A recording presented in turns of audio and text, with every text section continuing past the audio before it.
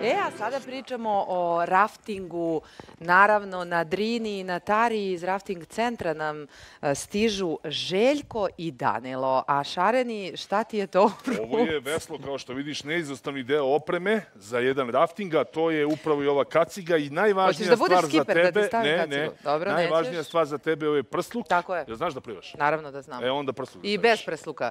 Željko, ne smemo da propustimo rafting na Tari i Drini ako smo gosti Jahorine i ovog kraja. Naravno, prvo bih da pozdravim sve gledaoce i naravno da zovnem sve na rafting, jer sezona je sad u toku. Evo u ovom momentu imamo na vodi ljude, sigurno se dobro zabavljaju. I sad mogu da kažem par riječi o našem rafting centru Drina Tara, koji je smješten na teritoriji opštine Foča. 18 km se nalazi od grada na rijeci Drini, znači na prelijepom jednom mjestu.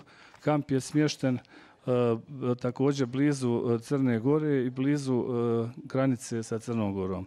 U kampu imamo 90 bungalova i baš dosta smještajnih jedinica, tako da možemo da prihvatimo veliki broj gostiju i naravno u našem restoranu sprema se dobra hrana, tradicionalna jela i tako dalje. Da se ima snage, ali tako jedem pa da idem na rafting, da ne potonem slučajno. Naravno, mi imamo doručak, znači tradicionalna su jela u pitanju, organska hrana se sprema i sve se sprema na licu mjesta. Znači, naše kuvarice su vrijedne, uvijek ljubazne, sa osmijehom. Željko, ali vas pitaju stranci otkud ovakva boja vode? Boja vode, tako, to je tirkizno-zelena boja kakve nema nigdje maltene na svijetu. Za Taru su, znači, prozvali suza Evrope, to je rezervoar pitke vode.